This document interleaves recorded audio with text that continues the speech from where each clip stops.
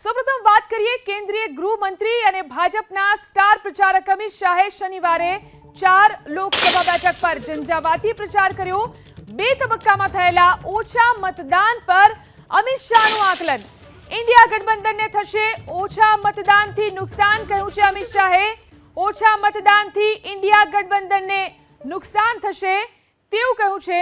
2 તબક્કાની અંદર જે રીતે મતદાન થયું તેની ઉપર અમિત શાહનું આ આકલન। ઇન્ડિયા ગઠબંધનને થશે ઓછા મતદાનથી નુકસાન, આ વાત કહી છે અમિત શાહે। તો શનિવારે 4 લોકસભા બેઠક પર ઝંઝાવાતી પ્રચાર કર્યો અમિત શાહે।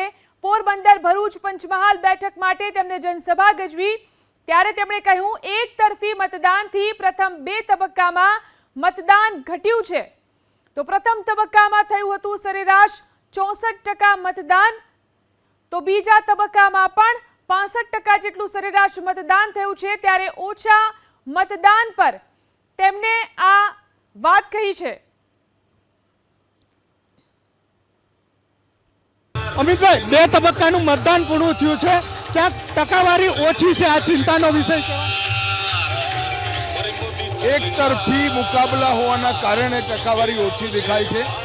જે વોટ પડ્યા છે એમાં ભારતીય જનતા પાર્ટીના સમર્થનમાં પ્રચંડ બહુમતી। 2 ચરણ થઈ ગયા ભાઈ, પરિણામ જાણવું છે। 2 ચરણનું પાક્કું જાણવું છે, જોરથી બોલો જરા, ક્યાંય કહેશો નહીં ને, ખાનગી રાખજો હો। બંને ચરણમાં રાહુલ બાબાના સુપડા સાફ થઈ ગયા।